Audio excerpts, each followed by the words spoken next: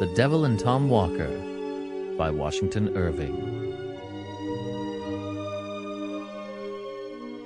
A few miles from Boston, in Massachusetts, there is a deep inlet winding several miles into the interior of the country from Charles Bay, and terminating in a thickly wooded swamp, or morass. On one side of this inlet is a beautiful dark grove. On the opposite side, the land rises abruptly from the water's edge into a high ridge on which grow a few scattered oaks of great age and immense size. Under one of these gigantic trees, according to old stories, there is a great amount of treasure buried by Kidd, the pirate.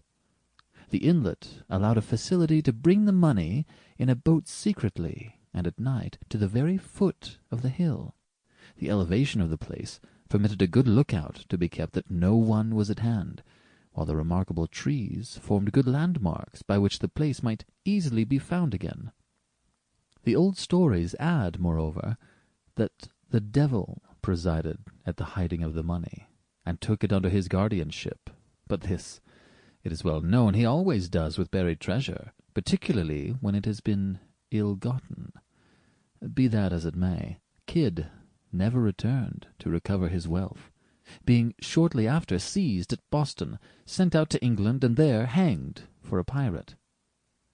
About the year 1727, just at the time when earthquakes were prevalent in New England and shook many tall sinners down upon their knees, there lived near this place a meagre, miserly fellow of the name of Tom Walker. He had a wife as miserly as himself. They were so miserly that they even conspired to cheat each other. Whatever the woman could lay hands on, she hid away. A hen could not cackle but she was on the alert to secure the new-laid egg. Her husband was continually prying about to detect her secret hoards, and many and fierce were the conflicts that took place about what ought to have been common property.